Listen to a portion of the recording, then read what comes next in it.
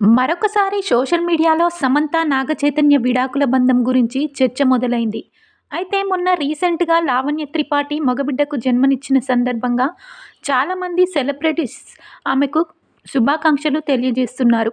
అయితే ఈ జాబితాలో సమంత కూడా ఉన్నారు. ఆమె హృదయపూర్వకంగా శుభాకాంక్షలు తెలియజేయడం నెటిజన్ల దృష్టిని ఆకర్షించింది. అయితే ఈ కామెంట్స్ మధ్య నాగచైతన్య కూడా శుభాకాంక్షలు అందించారు. ఇక్కడే అసలు ట్విస్ట్ మొదలైంది. నాగచైతన్య పెట్టిన శుభాకాంక్షల కింద ఒక నెటిజన్ సూటిగా ప్రశ్నిస్తూ మీరు సమంతకి ఎందుకు విడాకులిచ్చారు చెప్పాలి అంటూ అడిగారు. ఈ కామెంట్ ఒక్కటే సోషల్ మీడియాలో స్క్రీన్ షాట్ రూపంలో కాసేపట్లో వైరల్ అయిపోయింది. దీంతో మళ్ళీ గతంలో ముగిసిపోయిన ఒక వ్యక్తిగత విషయాన్ని బయటకు లాగి తెచ్చి సోషల్ మీడియాలో చర్చించడం మొదలైంది.